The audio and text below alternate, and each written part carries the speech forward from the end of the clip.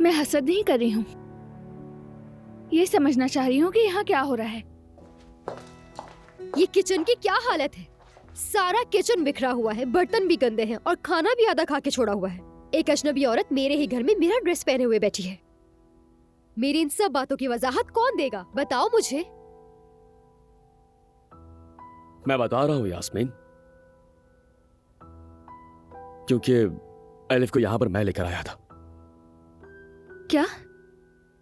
जब आयतन आंटी ने कॉल की तब तुम्हें मालूम था कि ये लड़की यहाँ मौजूद है? हम तो समझे थे कि चोर घुस आया है।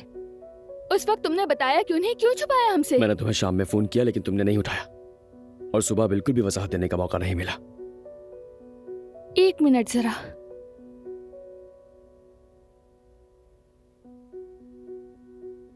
मतलब कि तुम इसे यहाँ कल आए थे?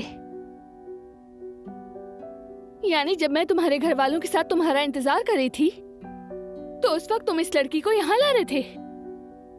इसके लिए तुमने मुझे वहां अकेला छोड़ा था? मुझे यकीन नहीं आ रहा। तुमने कहा था काम है, कहा कि कंपनी में जरूरी काम है।